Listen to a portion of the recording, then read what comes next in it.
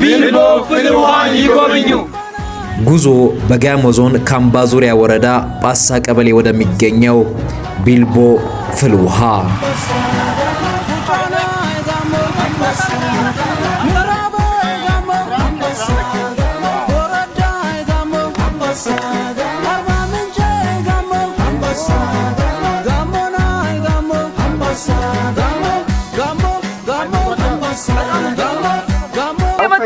እንዴት እንደሚያቃጥል እና ሱላ አንተ ግራሜ ነው እዚህ ጋር አፍሪካስ ገንዳ ሰርቶ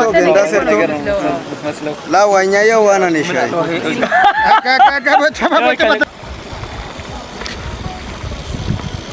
እንዴት አላችሁ? እጅግ በጣም ናፍቀን ለመመልከት እዚህ በካምባ ዙሪያ ወረዳ ጳሳ ቀበሌ ተገኝተናል። አሁን የምንገኝበት ስፍራ ደግሞ ይሄ የምትመለከቱት ቢልቦ ፍልውሃ ነው።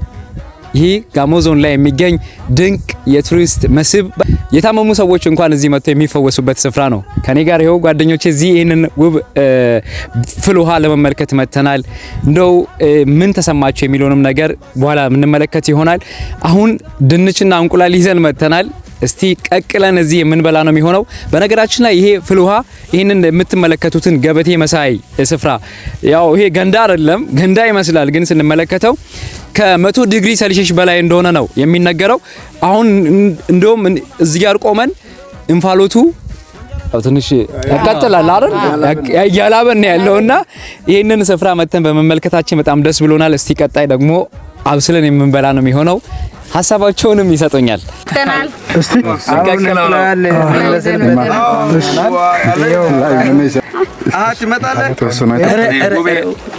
እንፋሎቱ አይለኛ ነና ሚሻል ከሰለ የሆነ ቦታ ይደውላል።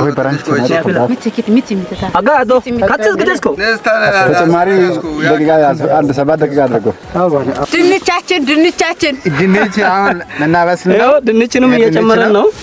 አጋርጎና ወደዚህ እጅ ሳይ በሰለ ነው ያፕ አሁን አንተ ምንድነው? ቃንጤት ዲያና ሹጊያንኮ እስቲ እንቁላሉ በስሏል የሚለውን አውጥተን የምንመለከት ነው የሚሆነው። አብራችን ሆኖ ድንችም አለ በነገራችን ላይ ድንቹንም ደግሞ የምንሞክር ይሆናል። እንቁላሉ ነው ሃይቴ ኪዳን ካጥደሽ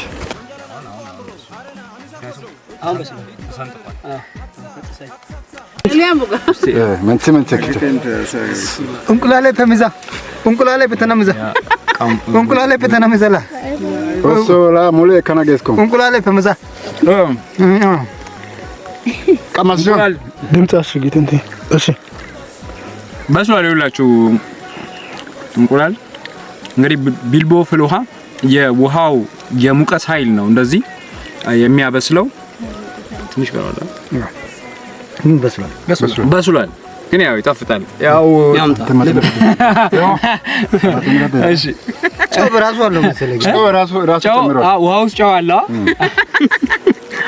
ያው እንቁላል ጥብስ ነው፣ ሽንኩርት ብቻ ይቀራል። ጨው ካለ ራእን እንዴ ቢልቦ ፍልውሃ ውስጥ እንግዲህ ለመቀቀል የጨመርነው ድንች በስሏል የሚለውን ቼክ እናደርጋለን። አይዞ በቃ ያ ካያስ ታሩባን ይሄን በስሏል። ይሄው እሺ በቃ ልክ አውጥተህ ተሳይ ዋና ተቆረመትስኩ ታያ አሁን የቱ ምንተባክ ቶክ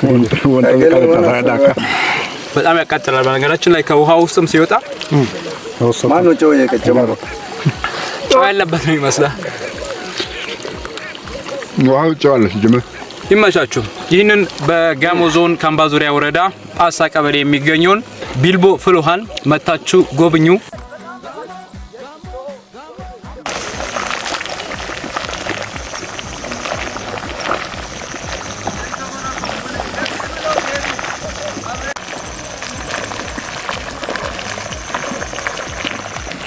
ቢልቦ ፍልውሃ ገበቴ መሳይ ፍልውሃው ካለበት በጥቂት ርቀት ማለት አጠገብ ላይ ማለት ነው።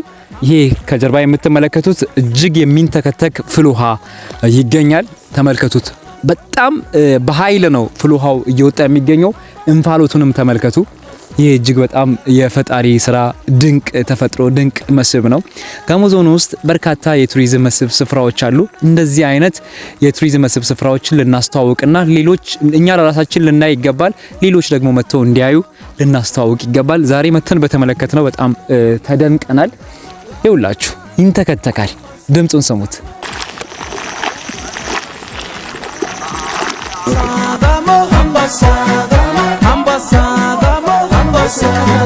ቢልቦ ፍል ውሃን ለመጎብኘት የመጡ እነዚህ ወጣቶች እዚህ ይገኛሉ። እስቲ እዚህ መጥቶ በመመልከታቸው ምንድነው የተሰማቸው? ምንስ መልእክት ያስተላልፋሉ? በመጀመሪያ ውቢት በጣም አድርጌ ነው የማመሰግነው። ሙሉ ስምሽን አስተዋውቂና ቢልቦ ፍል ውሃን እዚህ መጥተሽ በመመልከትሽ ምን ተሰማሽ? እስቲ እሺ፣ ውብቱ ከድር ኢብራሂም ይባላልው። የዚህ ዋጫ ከተማ ነዋሪ ነኝ። ስለ እውነት ባወራ ከዚህ በፊት እዚሁ ቅርቦኛ አይቼ አላቅም ነበር። ዛሬ ነው ያየሁት። ሳይ እጅግ በጣም ደንቆኛል። እጅግ በጣም የሚደንቅ ሁሉም ሰው መጥቶ ጎብኝቶ ቢያይ ደስ ይለኛል። ምክንያቱም ታሪካዊ ቦታ ነው። ቦታው ሙቀቱ፣ የተሰራው አሰራሩ ሰው የደለደለው ነው የሚመስለው። ገበታ ቅርጽ ያለው ነው። እንዲሁም እዛ ጋር ያሉት ሌሎች ምንጮች ድምጽ እያሰሙ ናቸው። በጣም ኃይል እየታየ ነው። እጅግ በጣም ደስ ብሎኛል ዛሬ በመምጣቴ። ጋሞ ዞን ውስጥ የሚታዩ ደስ የሚሉ ቦታዎች፣ አስደናቂ ስፍራዎች አሉ። ቱሪስት መስህቦቻችንን መጥተው ይጎብኙና ይደሰቱ የሚል በጣም ነው ማመሰግነው። ስሜ ይታገል ዶላ ይባላል። ያው ደራማሎ ወረዳ ዋጫ ከተማ ነዋሪ ነኝ እና ከዚህ በፊት ህፃኖኜ ነው እዚህ ጋር ለከብቶች የሚበላ ነገር አለ። አዶ ይባላል በጋሞኛ።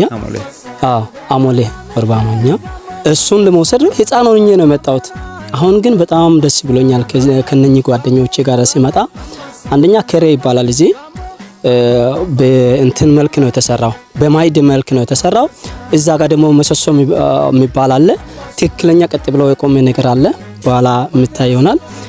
ሶስተኛ ላይ ደግሞ እዛ ጋር በሽተኞች ከበሽታ የሚፈውስበት አሁን ቦታ አለ። ይሄ ቦታ በጣም ከልክ በላይ የሚያምር ቦታ ነው። በጣም ደስ የሚል ነገር ነው። በቃ ሶ ሰራሽ ነገር ይመስላል። ያየነው ነገር ሁሉ በጣም የሆነ የሚደንቅና ታምር የሆነ ነገሮች ናቸው። እዚህ ጋር አሁን ፍል ውሃው ላይ እንቁላልም ቀቅለን በልተናል። ድንችንም እየቀቀለን ነው። ደግሞ ሰዎች የሚፈወሱበት መጥቶ የሚያርፉበት በዛ በኩልም ደግሞ አይተናል። አሁን እዚህ ጋር ደግሞ ከሬ አይነት ገበቴ አይነት ነገር ነው እያየን ነው። በጣም ደስ ይላል። ሁሉም ሰው እዚህ ጋሞ አካባቢ ላይ ብዙ የቱሪስት መስህብ ቦታዎች አሉና እዛ ቦታ ላይ ሁሉም ወጣት አካባቢውን እንዲያውቅ አካባቢውን እንዲያይ ደግሞ ከአካባቢው ውጪም ያሉት ሰዎች መጥቶ እንዲያዩ ማስታወቂያ ፕሮሞሽን ስራ እንዲሰሩ ወጣቶች በዚህ አጋጣሚ ለወጣቶች መልእክት አስተላልፋለሁ። በጣም ደስ ብሎኛል። ላዋኛ ያዋና ነሻይ ወጣቶች በተለይ እንደዚህ አይነት የቱሪዝም መስህብ ስፍራዎችን እኛው ራሳችን ተመልክተን ሌሎች የሀገር ውስጥም የውጭ ሀገር ጎብኚዎች መጥተው እንዲመለከቱ ከቱሪዝም መስህብ ስፍራዎች ማግኘት ያለብንን ኢኮኖሚያዊ ተጠቃሚነትን ማረጋገጥ እንድንችል ልናስተዋውቅ ይገባል። ዛሬ መተን በተመለከትነው በጣም ተደስተናል። ይህ ፍል ውሃ በልዩ ሁኔታ በተለይ ደግሞ ወደዚህ ቦታ የሚያመጣ የመንገድ መሰረተ ልማት በካምባ ዙሪያ ወረዳ በኩልም ቢሆን በደራማሎ ወረዳ በኩልም ቢሆን ቢስተካከል ቱሪስቶች በቀላሉ መጥተው ሊጎበኙ ይችላሉ። ስለዚህ የሚመለከታቸው አካላት ይህንኑ ስራ ቢሰሩ የሚል መልእክት ለማስተላለፍ እወዳለሁኝ። መልካም ጊዜ ይሁንላችሁ። ሃይቴ ፔንቶዋጻ ቢልቦ ፔንቶዋጻ በኢቴ Ambassador